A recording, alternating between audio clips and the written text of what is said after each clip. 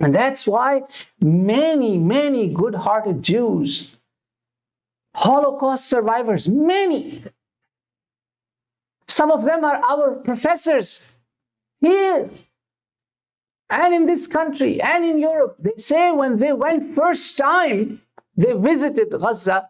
Some of them have visited Gaza. They said they fell in an awe. One of the scholars, a very big scholar, he's a healthcare professor, Professor Maté, Gabor Mate. I used to follow him. I didn't know him actually, that he was a Jew. I used to follow him because in our school, when I was in the healthcare spirituality, I have a, Alhamdulillah, but it just happened. I was in a program called Spirituality in Healthcare. So we were introduced to Dr. Gabor Mate's literature because he connects spirituality with healthcare.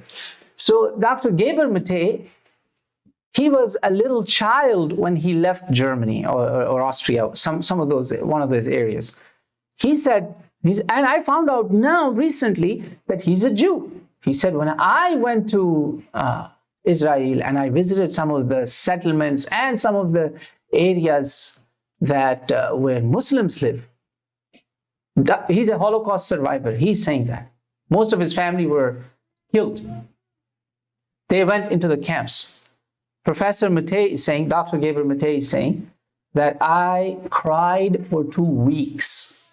He says, every night when I would go to bed, I would cry. And I said, wow, we have resurrected Holocaust now on Muslims.